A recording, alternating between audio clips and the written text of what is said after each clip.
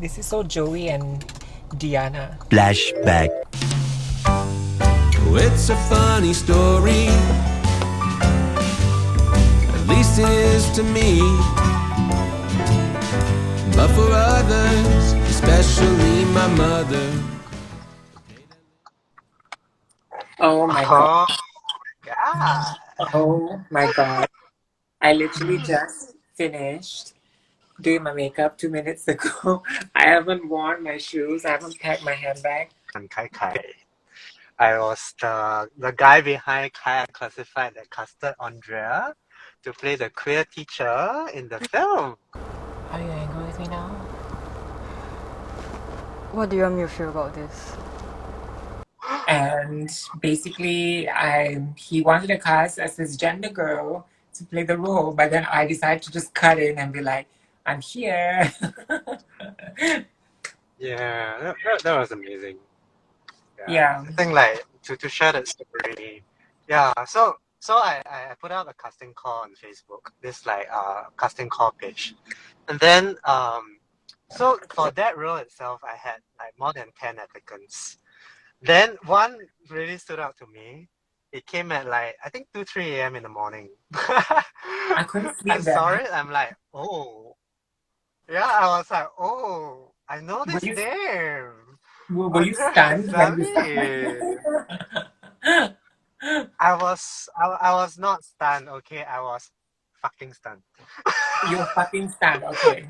But okay, just a confession, okay? Like because I mean I'm very new to this whole like LGBTQ like content and stuff. Like I've been gay my whole life lah, but to really like get involved in like all these works is a pretty recent thing for me.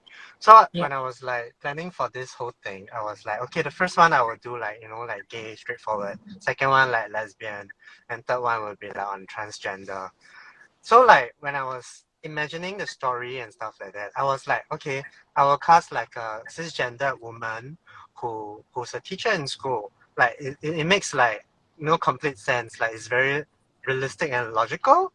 Like but then when I saw Andrea's like application, I immediately like You were confused. I made you confused. I I made you was question I was yourself. I was confused myself, and I was like thinking like I mean in my mindset, right, immediately thinking like, okay, this doesn't make sense because like I had the vision like of all this character design and all those things, but then like I was like going to type my email like hi Andrea, like I know who you are. Then I was like planning to tell you like how I was like trying to sweeten this way of like saying like no, Rejecting maybe we me? can look at something. Yeah. Look at something that we can look forward to like working in future, maybe that kind of thing. Then I probably would suddenly have I just stopped. You were I mean, flipping like I oh. wouldn't have been angry. I would have been like, okay, maybe he's looking for like something else. So I actually like took 2 days to think about it. I'm like, okay, if Wow, I it's like a wedding take Andrea, yeah, I was really like thinking through everything, and finally I decided on one thing. That is like, whenever there's like characters that are transgender and stuff like that, we get like females to play. Then Yeah. why can't I cast like a transgender person to play a cisgender woman? Exactly. Yeah, that was I Precisely. totally should.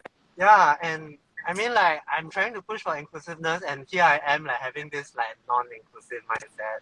Yeah. I'm like, okay, no, Kai, you cannot do this. And So I mean, if you put it that way, it's actually really interesting, that you did that, because a lot of filmmakers wouldn't do that. They kind of like think in the box, and the thing about you is that you are so creative with your work.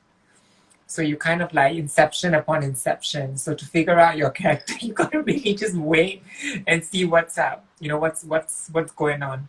It's not very literal, your films, and it's so mysterious.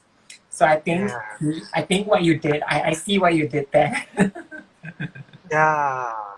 So after that, I wrote to you saying like, you should totally just come for like audition. Of course, I didn't like, just went straight for you. I also Yeah. had like shortlisted other girls to just try it out, like, I mean, like, ultimately it's a film, so like the Yeah. judgment shouldn't be like your gender, shouldn't be your whatsoever. It's really like your performance and Yeah. how well you fit my vision.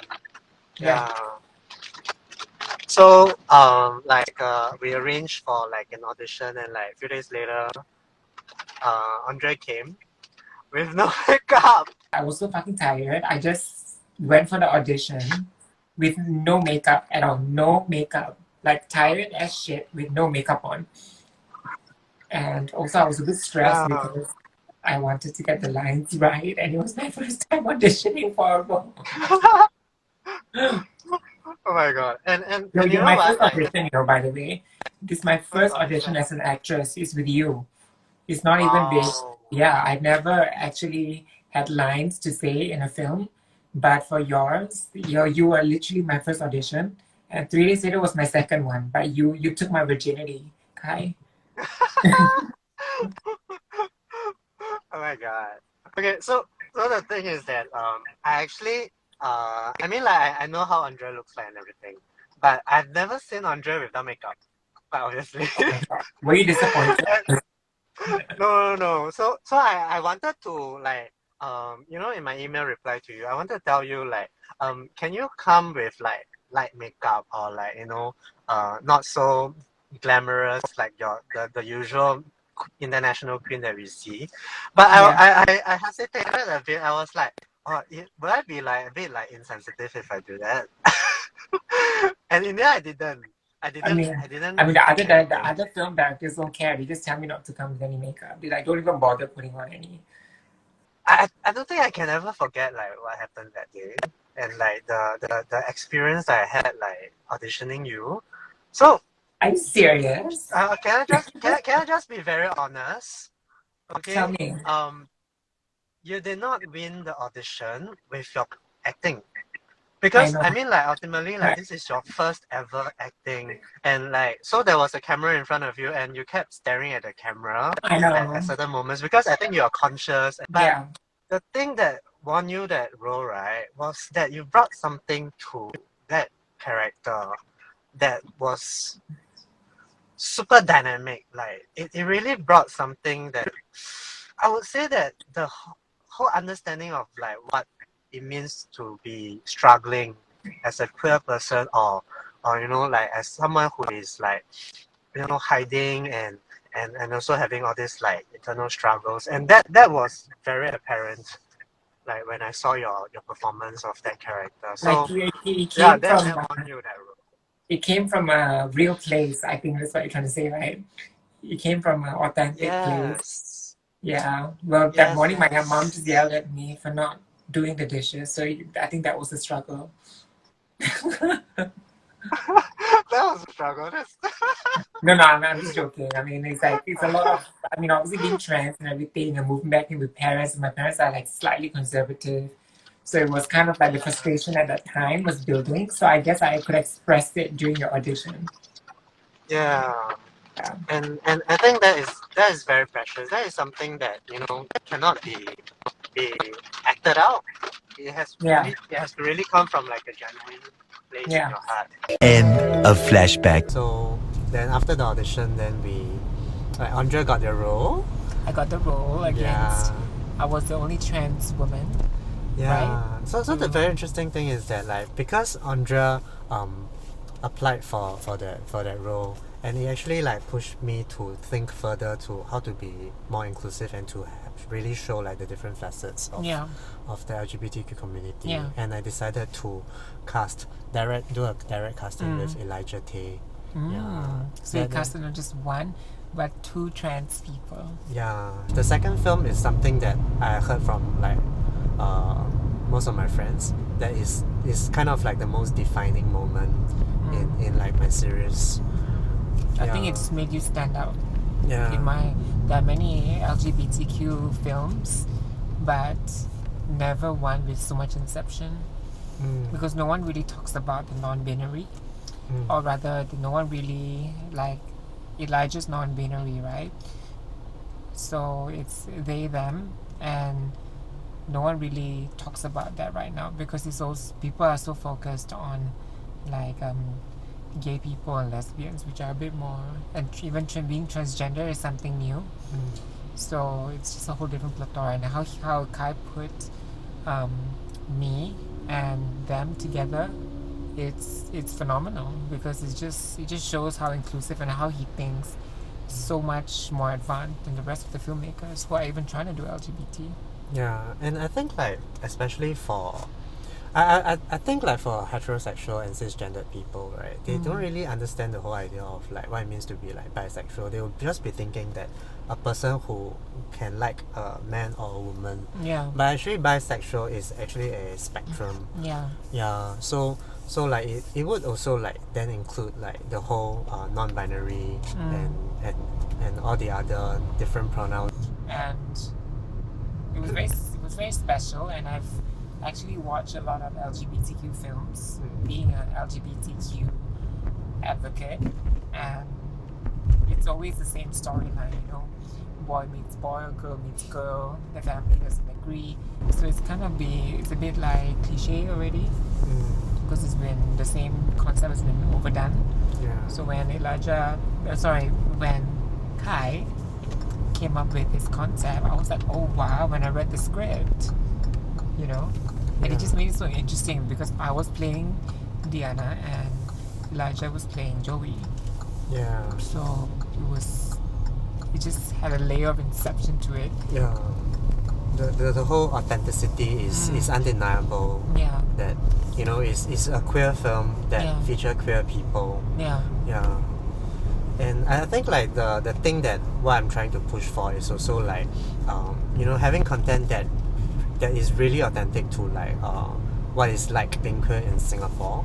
Because I mean like we can be consuming like all these like LGBTQ theme you know, films and whatnot that are produced overseas, and even like locally, like when some people make it is not exclusive to Singapore context.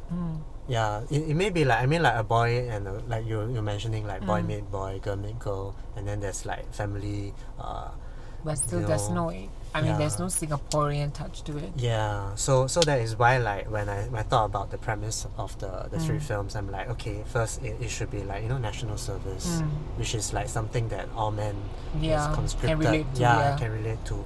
And next is like you know, something that's authority, that's like, you know, teacher. What is it like being a queer teacher, or like someone who holds a certain profession that closets them. And then next would be like on you know, children. What is it like being a queer child in Singapore? And also like then for that itself, I also like thought about, you know, to open conversations, we need to then include people beyond the LGBTQ community, which is the parents and people who will be affected by having like a queer child. Yeah, it's not just about the queer child. You know, no one really talks about the parents. So I think in the third film, for I Am, you really gave a lot of light to what the parents go through. See what psychiatrist, what's wrong with him? Whether he's okay or not is for him and the doctor to decide. Camila, do you think Kai is cute? Are you horny for him? I am. She said yes! Kai is cute. Yeah, Kai is very cute. So someone asked, by the way, when will I Am the Gift be released, and where will it be shown at? It will be the same thing, like everything will be free to watch on my YouTube channel, on Kai Unclassified. It will be coming out in 2 parts. One on Christmas and one on New Year. Okay, I didn't know that. I thought it was going to be just one film. Yeah, so it's going to like, you know, be 2 parts. Oh wow. Because like initially it was intended as a one film, but as I was writing it, like I realized that for you know, on YouTube to watching online, the experience is better if it's like 2 scripts. Few moments later, we finally got our takeout. Yeah. And Kai has his McDonald's takeout, and I have my frappuccino, no sugar. Okay, just a little bit of sugar. You know, skim milk only, because I'm watching The Waistline for Kai's next film to be announced. So like after the auditions, then we arranged for like the rehearsal and the shoot. Yeah. Yeah. So what was your experience like being through a rehearsal with me? So the first rehearsal with Kai, I came and I realized Kai actually pushes for performance. He really wants the right emotion and the right kind of, he really wants me to be Diana, you know.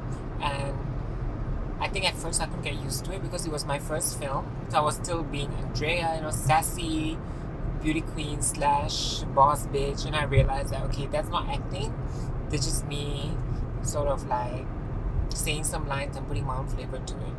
So I kind of, he kind of taught me a lot of things about how to be an actress, and I kind of embodied them. And then my first film, I had to cry. So we basically used the memory of like my divorce. I'm fine, by the way. Yeah, my divorce, and I banked on that, and it worked. I was like sobbing like crazy. Yeah. No, not like crazy. I don't really cry. I just like a little tear coming down inside. So I think I learned a lot from working with him, and it was really fun actually. It's fun, right? I It's mean, like really to really like revisit such like emotional like memories and stuff like that. In fact, like it's in a way, it's a good closure somewhat. Yeah. It's in a very strange way. Yeah, Yeah. when you revisit them. Because if you're confident enough to like use that memory and portray it on camera, and to be able to bank on that memory, I think it kind of taught me that it's actually okay. You're right. This is tiring.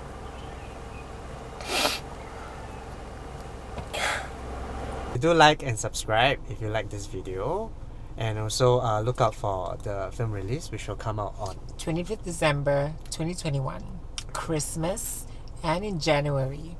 Date New Year, which On is New the Year. 1st January. Yes. Yeah. So get ready your Christmas gifts and your New Year champagne, because you're gonna need it when you watch I Am the Gift, Yeah. premiering end of the year. If I had a choice between my students' well-being or giving into some rigid mentality, I think the choice is obvious for me.